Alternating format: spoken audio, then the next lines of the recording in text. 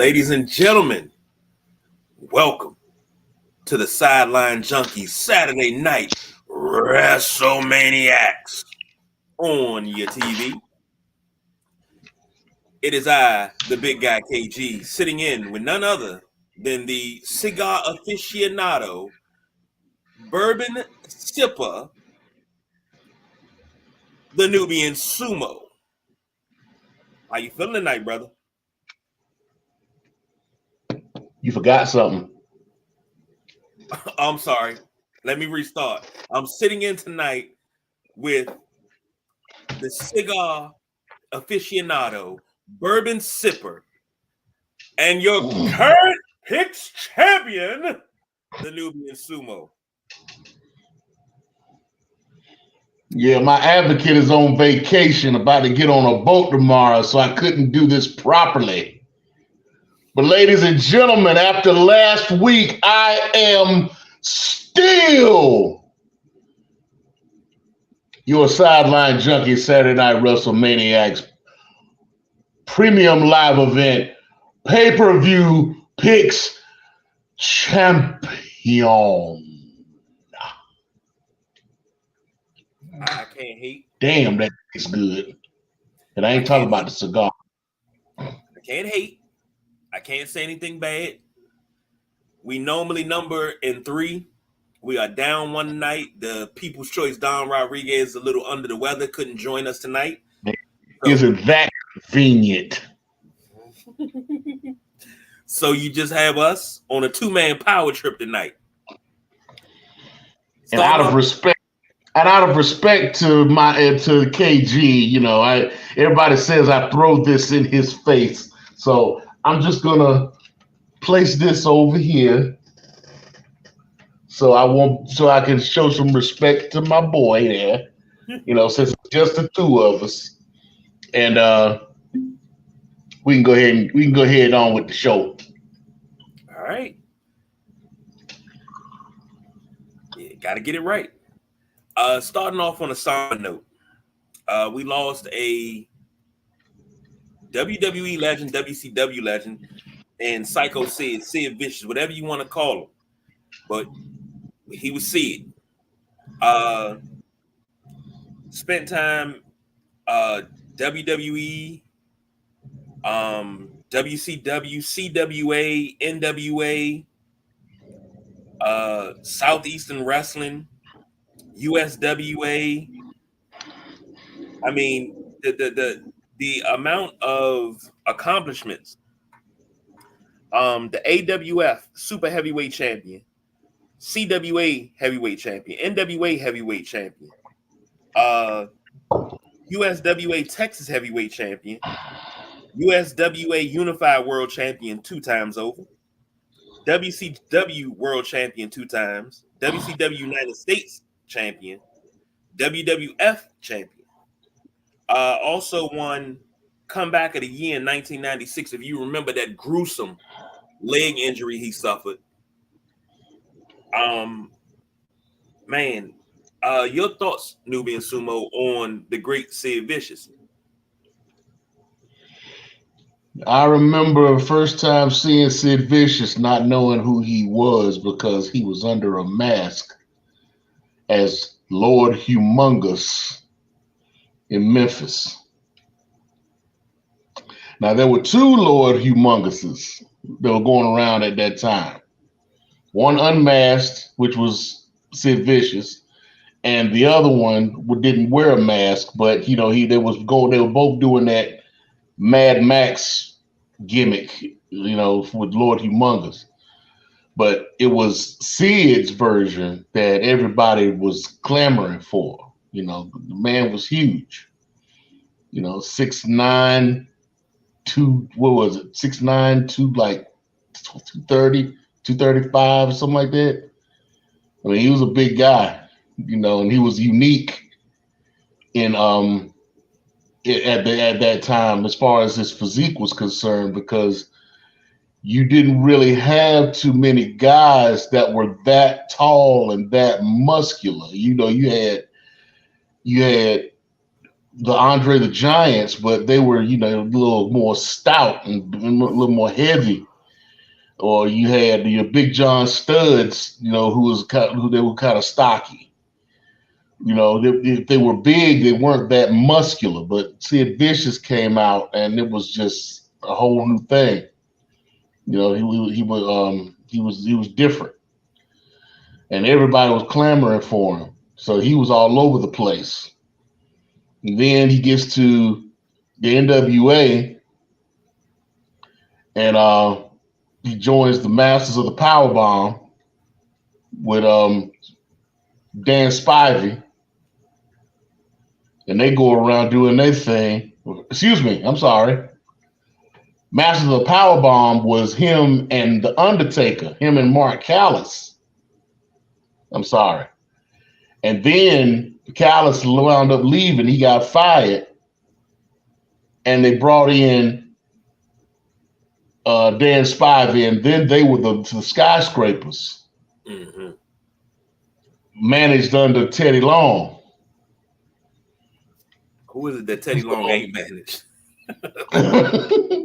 So, you know, that they were a big deal. I mean, imagine them two going up against the Road Warriors, the Midnight Express, Rock and Roll Express, you know, the Barbarian and Warlord around that time. Was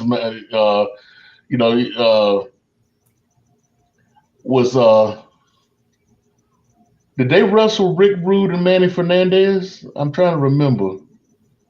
They could have. On that than mine. But yeah, all the major tag teams in the NWA, they were going after them, you know, pretty good. I got confidence that they did wrestle. Okay. So so then you had Sid go to the WWF.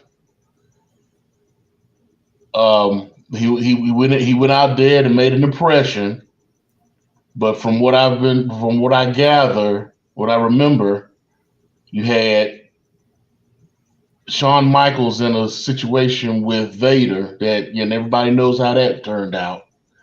But then he decided he wanted to start something with Sid because Sid was, you know, coming in hot, and that look, he wanted to take advantage of it. So yeah, so so everybody knows from there. But yeah, Sid really didn't get his flowers like he should have. You know, he really wanted to be in the Hall of Fame and never made it into the Hall of Fame. I'm sure they'll probably put him in there posthumously now. He caught a lot of flack because of his want to go play softball, because he was really into softball. But according to like folks like Eric Bischoff and Dutch Mantell and some folks that have been talking about them on their podcast, he really did it. He really only wanted to be with his family.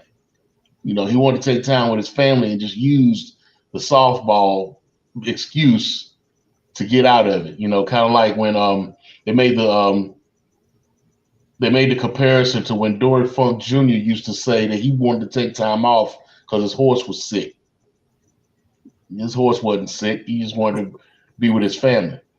So, you know, yeah, I mean, he's gonna be missed, and I'm sure that he will be receiving his just due over the course of the next year or so, as far as him getting into the Hall of Fame and whatnot. But yeah, he was influential when it came to, the former Horseman.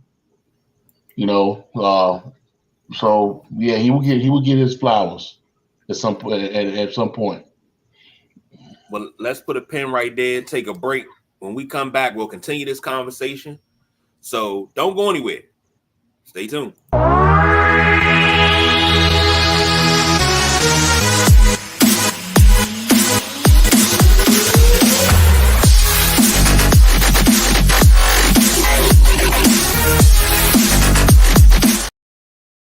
And just like that, we're back like we never left. You said something, Nubian Sumo, before we went to break about him getting his flowers. And I think it was back in June, he actually tweeted out that he wanted to be in the WWF, well, the WWE now, Hall of Fame. And you think about it, and you're like, why is Sid Vicious not in the Hall of Fame? Well, like I said, he had a lot of negative connotations brought against him. Like I said, like I was talking about, him wanting to leave because of the softball trips and softball games and whatnot. The incident that he had with Arn Anderson, which we got, and Arn Anderson got stabbed with a pair of scissors by Sid Vicious. They buried the hatchet on that one. They hugged that one out. So way long time ago. So that's not an issue now. There was a lot of people who were saying that he worked sloppy. He had sloppy work, like when he was in the War Games match and he hurt Benoit with that choke slam. There've been a lot of negative connotations against him, and so that's been kind of holding him back from getting a lot of the accolades that he felt like he should have deserved, or others felt like he should have deserved. Okay. Now, next topic, bringing it to the current generation. What current wrestler resembles Sid's intensity? Now, that's a tough question. People's Choice Don Rodriguez asked that question, and we here to answer it. Well, I'm not here to answer it. The Nubian Sumo's here to answer it. It's a tough question for me, but I wanted to hear what the Nubian Sumo had to say. Right now, if I had to put that on anybody, it would have to be Gabe Kidd. Gabe Kidd out of New Japan, because that guy, I mean, when he was wrestling and when he started his career back in England and the UK, I mean, he was just this baby face trying to learn the business, getting taken advantage of, getting beat up, and whatnot. And then he decided he was going to just start all over, join the New Japan dojo, and become a young boy and just start all over. And now he's done a complete 180. I mean, he's cussing people out on screen. He's trying to maim people. I mean, he's running through folks like duck butter. You know what I'm saying? I mean, it's crazy. It's crazy, the transformation, but the way that as intense as he is now, and just the facial expressions and just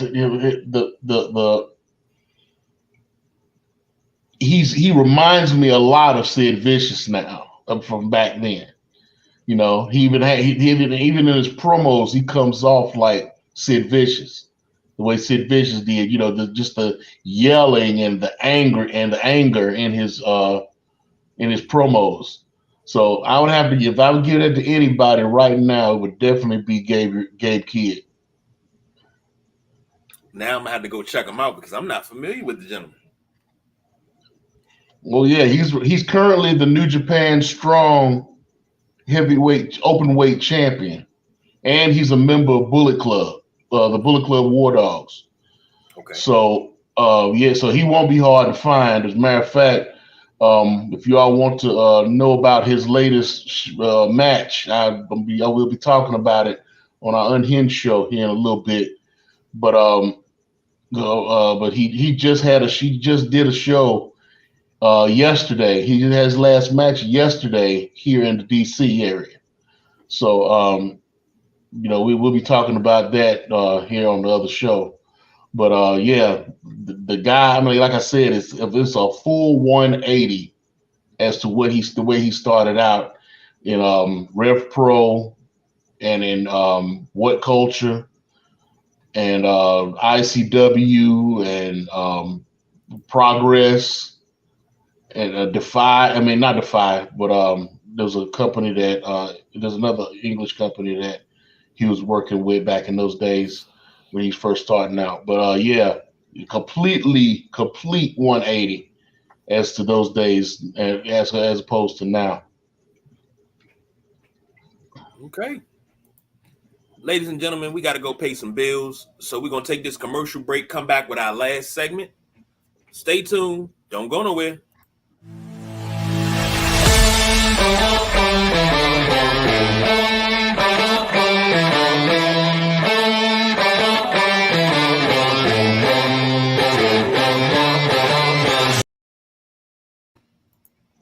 Now, we're in our last segment. Shane heading the invasion group in AEW. Contrary to popular beliefs, I hope this is not true.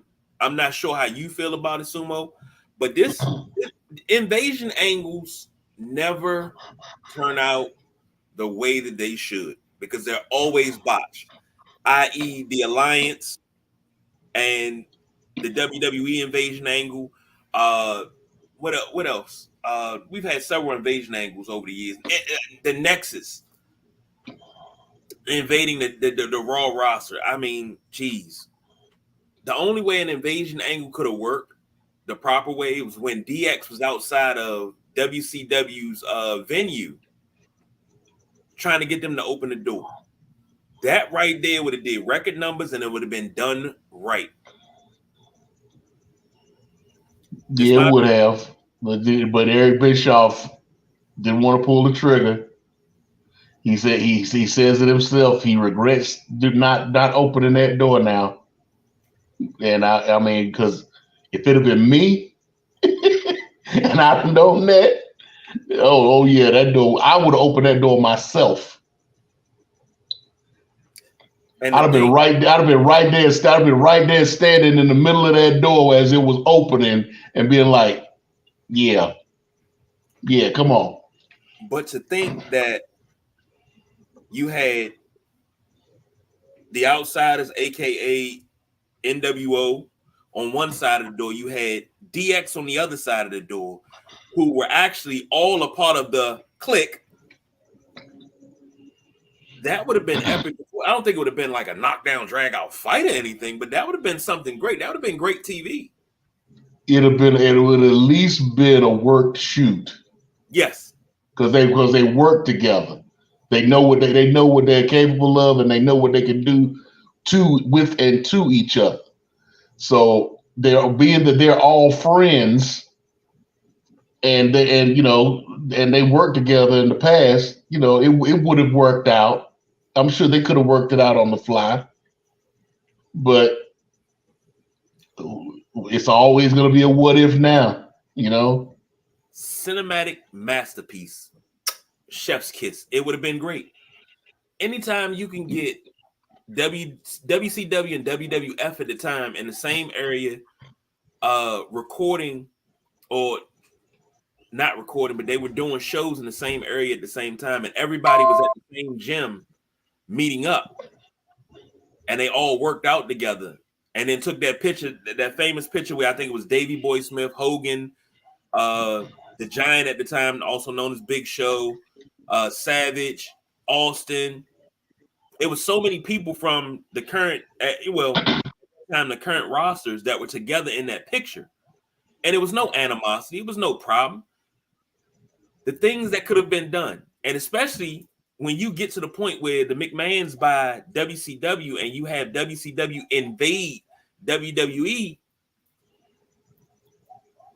this is where things went wrong. But now, what are your thoughts on this Shane heading up an invasion group to AEW? Are we going to see another failed attempt at an invasion? We don't know whether it'll be failed or not. I mean, it's just all potential right now. I mean, anything can happen. I mean, think about it. Shane putting together something as an invasion, so to speak. Let's just use the word invasion into AEW. Who would he get?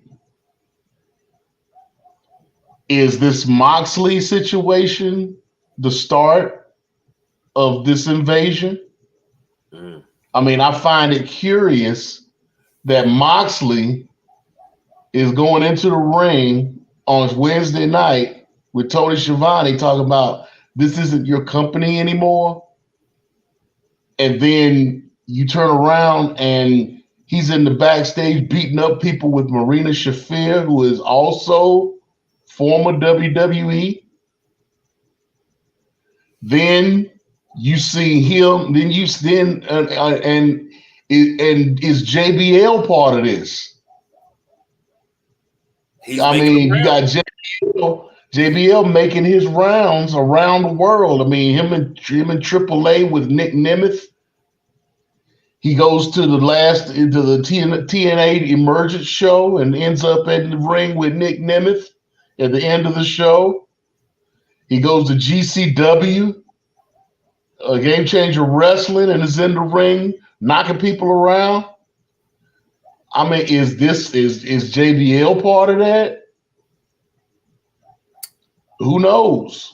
I mean, it's just fine. I just find this funny. Who else in AEW is former WWE that you could align with Moxley? For those of a certain age, this is where you insert Arsenio Hall and go, things that make you go, But I mean, I find it funny that John Moxley it's been said that he's going to go back to WWE. He's going to leave AEW, go back to WWE, but he's starting this storyline separate from the Blackpool Combat Club. It's interesting that you have Pac as a trios champion with Claudio and Wheeler Yuta. You got your world champion who's supposed to be part of Blackpool Combat Club as world champion now, hasn't even been seen with his teammates. I mean, this is funny. This is interesting. You know, what's going to end up happening with this? We don't know. We can't tell. Is it going to be a failure? Could be, might be. We know, like you said, we know our history with invasion angles. But is this the one that goes right? We just have to see. Time will tell. And with that, it's time we get to that part of the show where we got to wrap this up, B. I wanted to say this. If you haven't already, please do so. Subscribe to us, like, subscribe, and share on Instagram, Facebook, Twitter, YouTube, TikTok, whatever social media platform. Type in Sideline Junkies. You'll see the logo, one of the many logos that we have. Make sure you like and subscribe. You can check us out for the Sunday Rise, the Tuesday Night Flight, the Thursday Night Throwdown, as well as the Saturday Night Wrestlemaniacs Unhinged on YouTube and Facebook Live.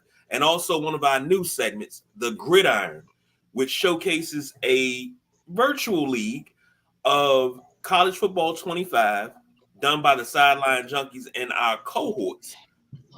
So you can check that out as well. We do a recap every Saturday of that. Nubia Sumo, any thoughts before we get out of here? Well, you know you got to break down. Just because Don ain't here, don't mean you can't do your job, bro. You gotta tell them where they see us on TV, man. Well, yes. I'm glad you said that. I love it that you did that because I gotta pull this up. Let me get us right here. Let me get us situated so I can move us over here. Boom. Coming soon to a TV near you. You will have the Saturday Night Wrestlemaniacs, Beyond Me the Show, and All In Football on Me TV. Let me get the list right here so I can tell you which cities we can be in, and you'll see exactly where the Sideline Junkies can be seen. Time and dates coming very, very soon. But you can see us New York, Phoenix, Hartford, Los Angeles, Seattle, Des Moines, Chicago, Cleveland, South Bend, Dallas, Nashville, Orlando, Houston, Salt Lake City, St. Louis, Milwaukee, and Washington, D.C. So make sure you got your face in a place so you can see the Sideline Junkies on TV. That's right. This pretty face here got to get his TV time. And I need somebody to watch it, somebody to look at it. Otherwise, I'm wasting my time being on television and giving you folks the privilege of watching your champion and all this prettiness. I got no rebuttal from that. So head on over to Facebook and YouTube and check out Saturday Night WrestleManiacs Unhinged coming up next. But until next week, that's the Nubian Sumo. I'm the big guy KG. I think the line for this show is diversify your bonds. Nah, wrong one. We can't talk about that. We can't talk like that on TV. Well, we still don't do no overtime, but we out of here. Eagle Pride.